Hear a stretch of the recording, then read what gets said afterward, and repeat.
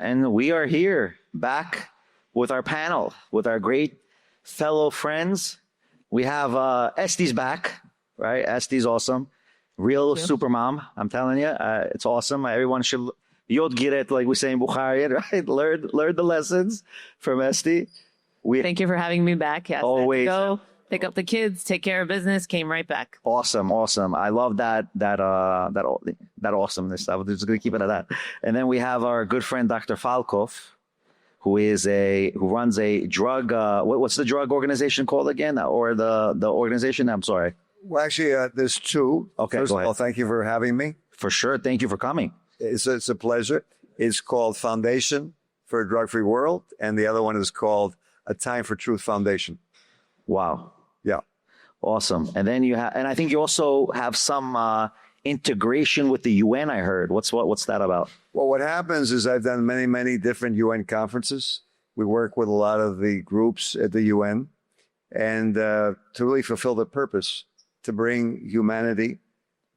Life is a miracle, and Dan was talking about his experiences, and I share the same viewpoint, is we really need to appreciate how much we all have, how much we're given, how much humanity collaborates just in this mere room here with how much we have. We have the TV, we have this wonderful food, the farmers who are out there. And, I think it's a lot about appreciating. So to me, the United Nations is really a culmination of a summit that's ongoing where we all can come as humanity and just dialogue, just speak openly. And the world at this point is at that really we're at the precipice. We're either going to, go down, or as Dan said, we're going to fly. And I think really something has been happening, and we're getting ready as a human race for all of us to fly. Love it. Awesome. Flying is always good, the right way. It's a good thing. When you jump out of the airplane, you want to start flying. Right. That's for sure. You don't want to stand still. The next guest is my mentor and a person I admire very much, Rabbi Yitzchak Yehoshua, the chief Bukharian rabbi of America. He is a pillar, one of the foundations of our community. He is maybe one of the biggest players of our presence as Bukharian Jews in Queens. And I remember him when I was young, maybe 9, 10, going into the 71st synagogue. I don't know why they call it 71st. It's really 70th Avenue. My synagogue is actually on 71st, call it out, by the way, side point, right? and there's a huge warehouse. I remember we were all there. Kol Rav, how are you feeling? What's your take? Everything good? First of all, shalom, and thank you for the invitation. It's beautiful environment over here. And first I will start with you, Rabbi Binyamin. I came here to say thank you to you. You are young, energetic, and you're focused, and you're calling all the time to us to how to help the community. May God bless you to continue. It's the biggest mission that we came to this world is to be able to help other people. We have a beautiful technology revolution in the world that brings a lot of access to information. We are so accessible. But of course, there is the outcome and all the other things that come from this. And we have to be able to teach and lead and guide our young generation. And if we are going to help even one individual, we made something big in the world. So I'd like to thank everybody who came over here. I was a week ago with Dr. Fialkoff. I was very inspired with the beautiful environment, the people who came from all over the world, all kinds of races and genders and religion, in one hope and one mission, to make our world safer and better. Love it. Amen. It chose the United Nations. I thought to myself, you took all the people together in one building, you wanted to be in peace. But I think it's symbolically, we start in the most vulnerable place in the world, but hopefully we'll make a change. And thank you. Thank you. I appreciate the thanks. And then we have Daniel Baldwin again. I just want to mention to everybody, because Daniel's now dressed up with such a beautiful suit and a beautiful shirt. And many people don't know, Daniel's also a pastor. And he is an ordained pastor. And I think that's very befitting of him, because many times whenever I would talk to Daniel, he would tell me a few things, Rabbi, but think of it this way. Let's go. And, maybe I'm getting a little bit emotional, but, Daniel many times gives me the right direction to keep on going, both spiritually and physically. And that's what I think we have to learn as a community, to always learn from our friends, our mentors. And Daniel is also a mentor of mine. I do not discriminate on mentors. Definitely not, especially a person like Daniel. He's always going to be my rock in many ways. And I appreciate Daniel always, and especially, honestly, from 12 this afternoon, trying to be, set up with us and doing everything with us till now. That man has such stamina. Only, I think, times of old have and times of new have it, right? And that's awesome, Daniel. I appreciate you. Any remarks? No? Well, I will tell you, my wife is here now, and she will also reiterate this message. It matters not to me what you believe or who you believe is your God. It matters to me that you have a God in your life. And I say this to Rabbi when we have those moments that are frustrating or that are challenging. And my wife will tell you, I say this to my children, act as if God is standing right next to you with his hand on your shoulder, because he is standing right next to you right now with his hand on your shoulder. So in that faith alone, that the rabbi is a rabbi in the Jewish faith and I'm a pastor in the Christian faith, we both believe that God is standing right next to us with his hand on our shoulder, guiding us. And that matters most to me. So for that, I dedicate my time and all that I have to give, because as Rabbi just said, it's about service. It's about making the world a better place and contributing what you can, when you can, to be of service to others. And so that's a model of my life. Amen. I appreciate that. And then we have a new friend of ours, another Baldwin. We try to get a trifecta Baldwin.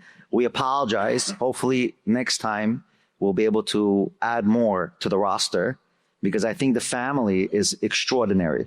No matter what the issues or the political spectrums are. Listen, not everybody, it's not a secret in the community. Not everybody agrees to my ideas per se, right? Let's make that frank and clear.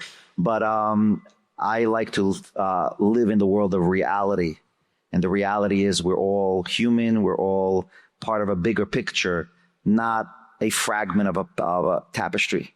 And I have Jane here, Baldwin. And interesting enough, just shout out to my wife, because without a good wife, you cannot really make success stories happen.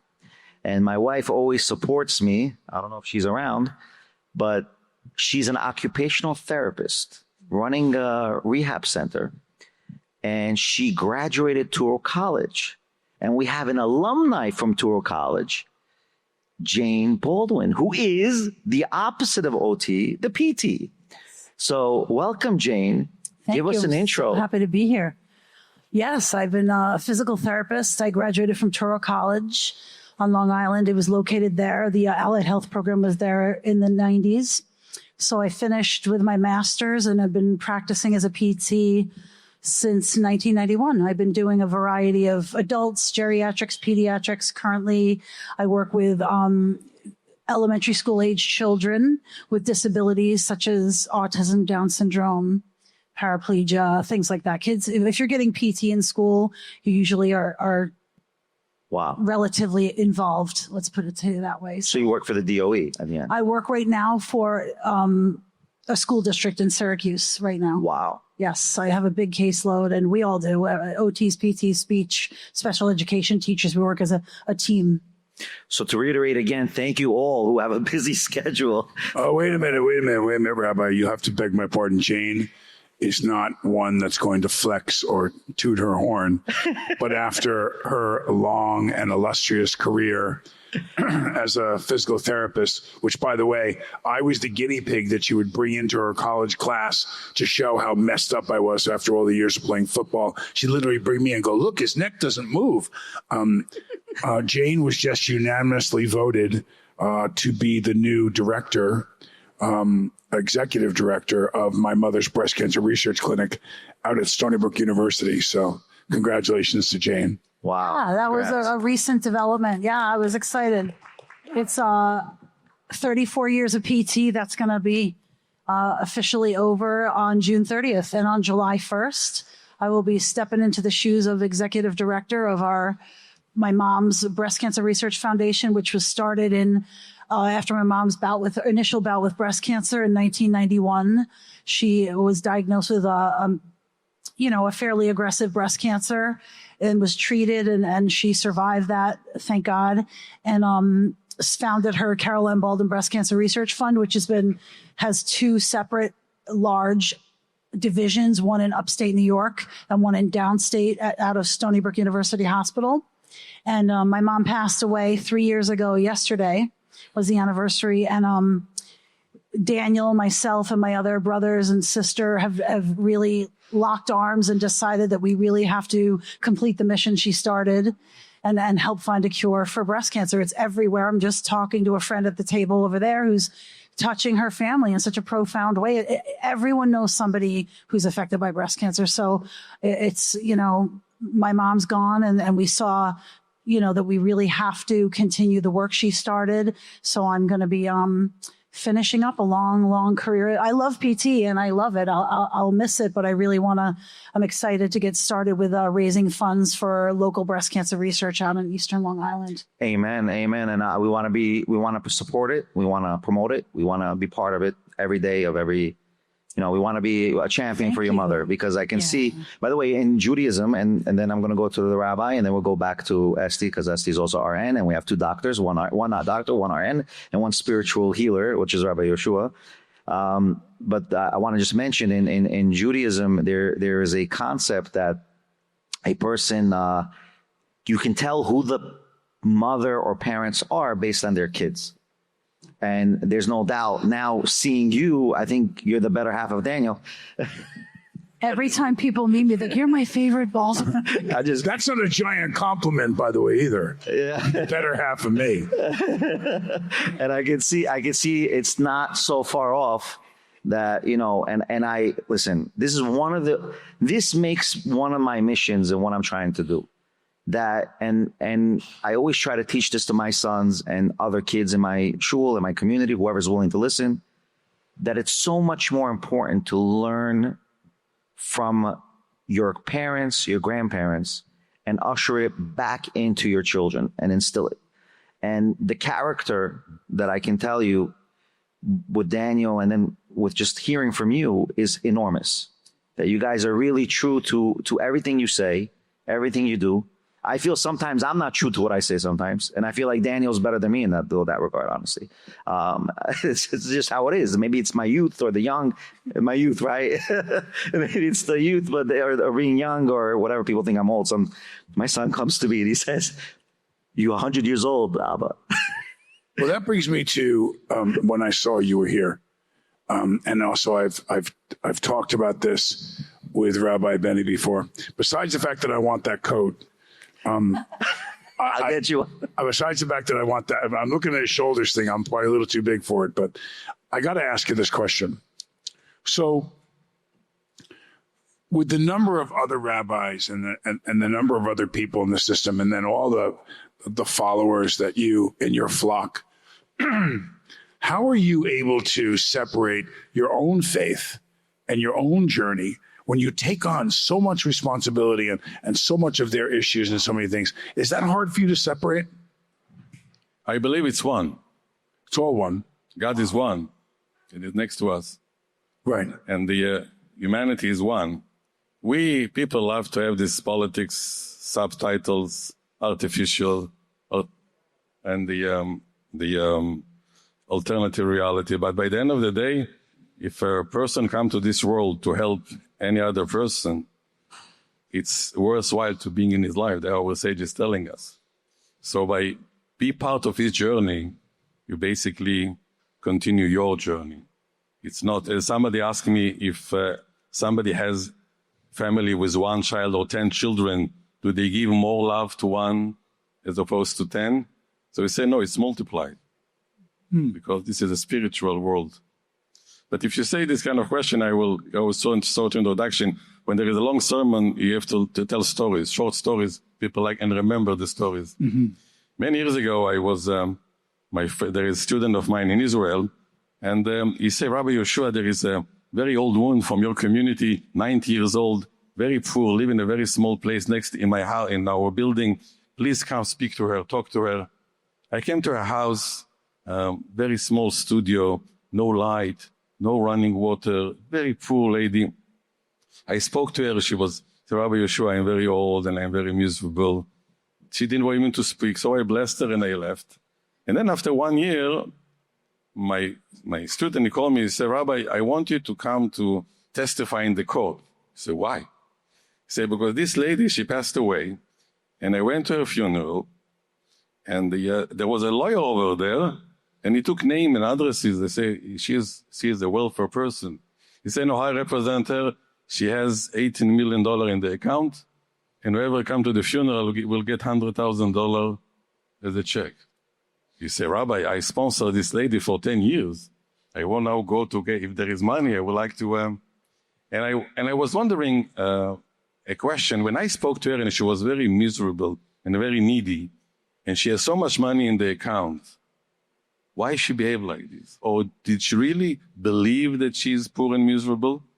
And I believe that the alternative reality that we are living in this world, especially with all this beautiful media that create all kind of profiles, which real or not real. And I believe that one of the challenges that I have as a religious leader, a spiritual leader, is to tell them that with all the blessing of this wonderful thing is that it's the alternative reality doesn't make people necessarily happier. And they have to know what is the real thing. As Dr. Piafka say, that beautiful room and food and everything. This is something that you can enjoy now. This is one story. Other story that I will say is that about 2 years ago, 11 o'clock at night, I would like to finish my work in the chamber. Somebody came and said, Rabbi, I want to speak to you. My name is Michael. I was 1 year in your school. I went to the public school. I met the wrong people. I am addicted to drugs. The last 15 years, I'm sitting in the home. I don't learn. I'm taking money from my parents. I'm not doing nothing in my life. I'm depressed. And my parents told me tonight they don't want me to be part of their life anymore. So I came to say, Rabbi, I have nothing to do. What should they do? And we had a friend in Brooklyn that they have a yeshiva for this kind of boys. So we sent him over there. And he promised me what he promised me, but it's in his whatever he promised was very question mark. But he came to see me 2 days ago. Thank God he's learning. He's trying to work on his in addiction and he's changing. So I say that if he didn't find me at 11 o'clock at night, what would happen to Michael? And when Rabbi Binyamin told me that he wants to make the forum to use this wonderful media for the purpose of helping other people, it's a win-win situation. Mm-hmm. And the short introduction, when I was in the United Nations a week ago with the Honorable Dr. Bernard's Dov Burl, and I see the beautiful gathering over there, and I saw many people from all kinds of races and from all over the world talking about what should be done to give the kids to use what we have and all the resources to give life, guidance, and direction. And I believe that what every person in this forum and those who are the guests that are coming, we are a part of a huge operation, and for God is a continuous of our journey. So, Dr. Bernard. Absolutely. It's an honor to be here, and it's important to fulfill the purpose of this conference to this podcast, to mention a few things. They're vital because what's the future of our world, but our kids? What the future of our families? Why do we really work so hard? Why do we get in Jewish and naches, and such good feeling when our families do things? And so it's important to protect them, but with some alarming facts. And one is that 113,000 Americans died in 2023 from illicit drugs. And to give that some kind of perspective, I was a teenager during the Vietnam War. There were a lot of protests in our country. In that 10-year Vietnam War, we lost 58,000 American boys, men, 58,000, 10 years. So if you were to take 113,000 drug deaths and multiply that by 10, you would get 1,113,000 American deaths to compare to a 58,000 American war in Vietnam. And we go, well, it's interesting. Why is it that we don't have protests? Why is it that we don't see that on national TV? And as a doctor, because I'm actually a doctor, surgeon of 44 years here in New York City, I'll give you a very simple answer. One of the side effects of a drug society or a drug person is that they don't recognize what is actually occurring. So even though the 60s were a psychedelic revolution, or that Jimi Hendrix, Cheech and Chong with their shows with the marijuana, in reality at that point, the effect of the drugs was much less in our country. And it seems like our country has been dulled down. So now we're losing tremendously higher, 20 times higher, and yet there's no response. So that's what's alarming, but it's important to realize that when we educate our kids before 21 years of age, and we educate them on the scientific truth of drugs, not the philosophy, and I'll give you some facts in a moment, then what happens is we protect them before 21 years of age. Something that's very important to understand as a statistic is that after 21, for the rest of their lives, almost 99% will never touch a drug, will never go through any kind of dependency or problem. And drugs are associated with violence, so the violent rate would drop, the gender violence would drop, and the production of the country would increase, because when we're on drugs or utilizing drugs, obviously, what are we doing? We're not producing. So it solves a lot of things, but more importantly, what it solves is the future of our families. Because, we talk about numbers, but I always like to point out that when you lose your son, which happened to one of my very good friends, who was actually a very high official in New York City. And this person, I'll keep it neuter so you don't know who it is, lost their son. The son was 25 years of age, and he died of a drug overdose. And the irony is that this person was in charge of a program to decrease that. And the person said to me, Dr. Fialkoff, we need to do much more. We're really not doing anything. We need to do something. I lost my son, and it's too late for me to wake up, but we need to wake other people up. I don't want them to go through that agony. So it's important to realize that, and that we need to do something. It's also important to realize the state of our country, because if people are happy, what are they not going to need? They're probably not going to need psychotropic drugs, psychiatric drugs. But how many Americans in the United States are on psychotropic drugs, psychiatric drugs? 76 million. Wow. 76 million Americans are on some form of psychotropic drug. I said, my Lord, this is horrific. So that shows that we're not happy. And at the end of my few minutes here, I'm going to tell you something that's going to be wonderful from the U.S. Surgeon General, but I want to give you some last facts. Because vaping seems innocuous. Vaping was the supposed solution for cigarette smoking. Vaping actually, just the flavoring, causes what's called popcorn lung. Scientifically, it's called bronchiolitis obliterans. What it means is it obliterates your bronchial passages, you can't breathe, and many teenagers have died across the country. That's just from vaping the flavoring. The flavoring is called diacetyl. It's something that was in butter-flavored popcorn when you used to go to Blockbuster, buy your popcorn with the videos showing my age. We went back. Well, those workers developed popcorn lung, and they were very sick. Now, the flavorings, 99% from the CDC, have nicotine. What is the significance? Well, what happens is the nicotine, when it's inhaled by that young person, goes up to their brain, and it releases dopamine. When you release dopamine, is releasing it through the vape. So now when they don't vape, they become dependent, The body craves the dopamine. The young person doesn't feel well, but the young person says, well, I just like the flavoring. I just like the vape, Dad. Just chill out, Dad, because I just like the flavoring. In reality, they don't realize that they become addicted to the nicotine. Now, one more fact. From 13 years of age to 25 years of age, our young people, their brain is developing.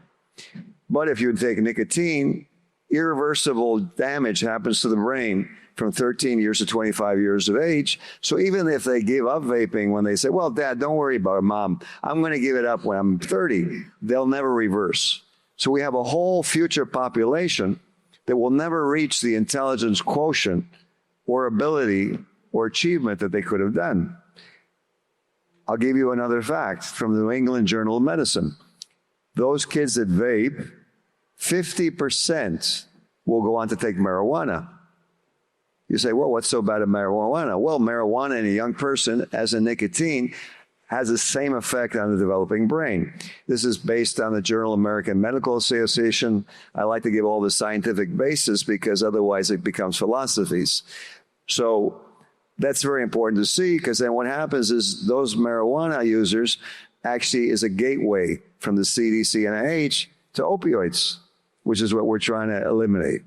Now, I'll give you a solution at the end here, and then I'm going to give over to the other speakers up here. I don't want to monopolize, but it's important to get this out, and Roman wanted me to get this out. The U.S. Surgeon General came out with an advisory, very important, last year. And what he showed scientifically is a solution to all of this. And you're going to be amazed at it. And Dan will say absolutely, and the rabbi will say absolutely. The Surgeon General showed scientifically through epidemiological studies that our social interaction, that means speaking to each other, was responsible for whether or not we became physically ill or stayed healthy. And the effect of a lack of social interaction was the same as smoking 15 cigarettes a day, increasing the death rate, not from taking a drug, but from not having a social interaction, from being on a cell phone and not having a live interaction. And so it's really so important to get this out, because why? Because we don't have to do anything more than what you're doing with your kids. And what you're doing with your kids is actually making them emotionally healthy, mentally stable, but something that we never even realized is they're now physically not going to get sick. They won't have cardiac disease, diabetes, whatever. And what's the significance of that is very simple, that we were going over in the morning, right? And you were going over, you were right on point, is that if they don't get sick, they'll be healthy. Our country will be happier, will be more productive. And in reality, people say, oh my God, well, will that affect the economy? Yes, it will. It'll go straight up and vertical. And we can be the example for the world that we set in America, that we start to communicate. We still use cell phones, but we communicate with each other. So, I don't want to monopolize, but I think that was a very important fact, because if you really look at it, it's really the basis of all religion. And I'll end on this. My friend Lev said to me, I was talking to him one day, and I said, Lev, when I was young, I was going to be a rabbi. I went to the yeshiva. And he goes, yeah. He said, but I decided I would become a doctor. And I like doing my drug education program. He goes, I know. So he said to me, so why do you think that you're not a rabbi? I said, well, because I didn't do the formal training. And he goes to me, no. And this pertains, I think, to all of us out there who are watching this on this show, whether you're a man or a woman. I don't think there's any discrimination or lack of ability to do so. He said, you are a rabbi. Lennis Dan said he's a rabbi. Well, he's a priest. We're all rabbis and priests because we're helping each other. And so I said, wow, my mother's going to be really happy. Do Beryl Bernardo is a rabbi. There you go. Esty? So you didn't monopolize at all. It's actually incredibly important that you brought this up. There's only one thing that you did touch up on it. You said cell phones. There's only one thing really that we didn't dive into, and that's really the implications of social media and how with every scroll, with every single time this kid sees a like or his friend writes a comment, they get that same hit of dopamine because that is a hit of validation. Now, what happens to a society that is hyper-focused on all of their validation on social media? They are set up for failure and disappointment. with this scrolling, with this social media, you also have to worry about what they're being exposed to. You have to now worry about your children being exposed to a hidden agenda by the Chinese Communist Party. And that is a real thing, because guess what happens on TikTok? Everything is algorithm based. And I'm talking to you from a creator's perspective. I've been a content creator for 5 years, even though I'm a nurse. That's something that I just got into full time. And what I've noticed is that every single platform, all of their algorithms differ. And with TikTok primarily, they're pushing out actual poison on the youth of America. They are pushing out men should be women and women should be children. They're encouraging a lot of the pro-Hamas propaganda. They're purposely funneling that kind of information to create more and more chaos on U.S. soil. And this is all stemming from our younger generations who are being poisoned by not only propaganda, but this fake world that they're comparing themselves with. And it becomes this vicious cycle. Like Dr. mentioned, there has to be happiness. You know, when we grew up, and the reason why I'm mentioning all of this, it goes back full circle. When I was growing up, I was 4 years old when we came here. We had such a strong community that even though our parents told us, they forced us to assimilate. They said, you speak English now. That's it. No more mama, papa. You know, I want korochan. You speak English now. But what ended up happening is we actually assimilated so quickly to the language and even to some of the customs, to the clothing, that our parents all veered us back. And I know that I'm not the only one thinking this. They said, okay, from now on, there's only Russian at home. Every Friday you come home, you help your mother with Shabbos. Holidays, it's a non-negotiation. You sit with your family. And we had such a strong, powerful community that this was integrated from every corner, even though we did go to public school, some of us, because our parents at the time, maybe they couldn't afford a yeshiva education. But we had the Baharian Teen Lounge. And that is what kept personally me and my friends off the streets. And every single one of us that went to this lounge from the age of 11 years old all the way up to 17 for me personally, when then I went on and started actually even working there for a little while. But all of us, we have all graduated and all become professionals. All of us got married. All of us have good home values. And I really do feel like that's because we didn't have this toxic culture that is, you know, compare and contrast. Look who looks prettier. Everything is filtered. Everything is fake. These poor kids, they have no self-worth at the end of the day. They have no self-worth. What are they going to turn to? They're going to turn to drugs. They're going to turn to stuff that's going to make them feel good. They're going to turn to their friend because mom and dad can't understand the way the world is. There's bullying to consider today. There's kids killing themselves. So not to turn it like a dark corner, but this is very important that community, having community is one of the strongest foundations that a child, for them to succeed, will have. That's all I wanted to say. I want to, we're going to have Rabbi, yeah, and then I'll there is a law that the grass of your neighbor is greener, even though he doesn't have grass to begin with. I remember a month ago, a couple which I married them off a few years ago, they went to the Bahamas and they sent me a picture to the social network. They're sitting in a nice restaurant, drinking beer together. And then I get a phone call from the airport that she ran away and the police over there and they're fighting and they came to, but on the social networks, they're celebrating. It's beautiful. And then when they came to me, it took a long time to heal the situation. So as they say beautifully, we created something that should help us, but sometimes it's become, it's right, controlling us. Thank you. God bless you for this beautiful work. Definitely. Thank you, Esty, as well. Thank you, Doctor. Thank you, Rabbi Yehoshua, Daniel, and Jane. I want to mention something. I want to conclude first for special thanks to Damakel Elagio. We're going to continue with the ceremony after this event with Elias Volunov. Thank you again for everything you've done. You and your team here are impeccable. They do great work. We appreciate letting us host here at Damakel Elagio any events, corporate, dinners, weddings, bar mitzvahs are available here. You see how we set up everything with the back screen. It's all available, guys. It's awesome. In addition, I would like to special thanks with our minimal batter, Roman Kaikov from Kaikov Media and his whole team for doing an excellent job with all adversity. He is be'emet, a new friend. And you know how I know he's a friend? That he takes my crap and he, excuse my language, and still works with me. So that's how I know this guy is a true friend, really a true friend. I want to tell you a small story. And of course, special thanks to everybody again. And this is about what Dr. Fialkoff said, what Daniel said. And we had a podcast with Daniel in December. By the way, It's another gratitude I have to give him. I say, Daniel, can you come for a podcast? Sure, Rabbi. When am I coming? You know, and I have to not just thank Daniel, by the way. I have to thank Deasia. You know, because Deasia can say, no, you're my husband. You're not going nowhere. I want you all for myself. And she has every right to do that. And I have to, no, it's true. It's true. And I have to thank Avis and Finn.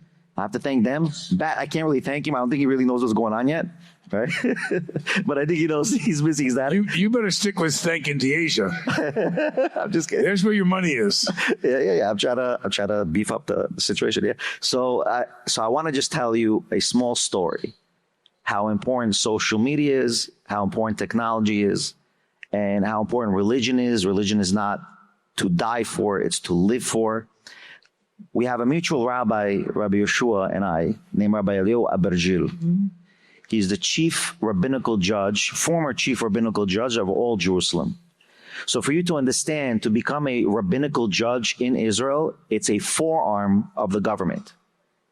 And he has power of the government, 40 years, rabbinical judge, solving problems in Israel and Jewish issues in Israel. During COVID, he wrote a responsa, which is a formula of halachic ruling, Judaic law ruling. What do you do during COVID on a holiday where a grandparent cannot see his grandchildren?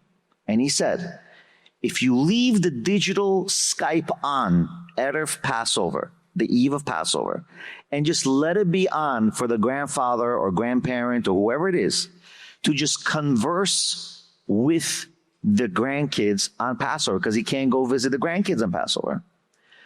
One of his students, he told me, came to him and he started attacking his rabbi, which is my rabbi, Rabbi Yitzchak. And he says, listen carefully. You should stop this, retract this law, retract this Judaic ruling. This is not appropriate. It's going to cause a lot of problems. He said, listen carefully. Very rare a rabbi who knows what he knows goes back on his word or back on his ruling. After Passover, the student came to the Rabbi Bergil and he said, I have sinned before you, Rabbi. My father committed suicide because he couldn't be Passover night. He says, if I only did the Skype, my father will be alive today. This is a lesson learned, and this is what this reminded me, and it's all because of you, doctor, because you said the study, how interacting even in FaceTime, even in social media, this is one of the reasons why we're doing this chat app, one of the reasons why it's so important, and I put it in the Bukharian chat group, 2.8 million people, directly or indirectly, have prevented from drug overdose or drug abuse or even suicide by just communicating with a call center. And we're trying to digitalize this call center, and I appreciate everybody for coming. And the next segment of awards is going to come. We're going to have dinner and play the last. Rabbi Benny, I'm sorry to interrupt you. I think it's important for them to know this. Sure. If you need to get a booklet, these are free in 22 languages, and it's drug education. So you can get it, drugfreeworld.org, and it's for you. I thought it's important to get that out because what you said Definitely agreed. is, and don't force it on your kids. Just throw it on the tabletop. Make, like you just put it there and they happen to come across it. Let them just see it on their own. I want to just add, because in listening to these scholars speak, I wanted to add two things. Number one, I want you to think about this for a minute. In 2010, drug overdoses were not in the top 20 of causes of death in the United States, ages 1 through 50. Not even in the top 20. In 2025, 15 years later, drug overdoses are the number one cause of death in the United States, ages 1 through 50. Not on the chart 15 years ago, number one cause of death. So if you don't think we have a terrifying problem right now, let that resonate with you. Cancer, heart attacks, strokes, number one cause of death. And for the men out there who are good dads, I mean no offense to you when I say this next thing. I ask when I do my work with addicts, and I go in and I'm going to try to get them to go to rehab. I'm doing the intervention. And I pull the mother aside and I say, is your son or daughter acting different? Is there a problem? Because a mother knows. A mother always knows. Dad's out there making a living. Dad's out there doing stuff. He sees changes when it gets bad. But mom knows even the littlest nuances. If she was that stay-home mom, she knows something's wrong. So I never look to the dad. I never look to the girlfriend, the boss, whatever. I look the mother right in the eye and I go, is he okay? And she goes, no, something's wrong. And the mom knows. So listen carefully to the mom when she says something's wrong with our son or daughter, and then reach out and get the help, because we're here to help you. Amen. That's what this is about. Amen. Thank you, guys. Thank you. We'll be back after. God bless.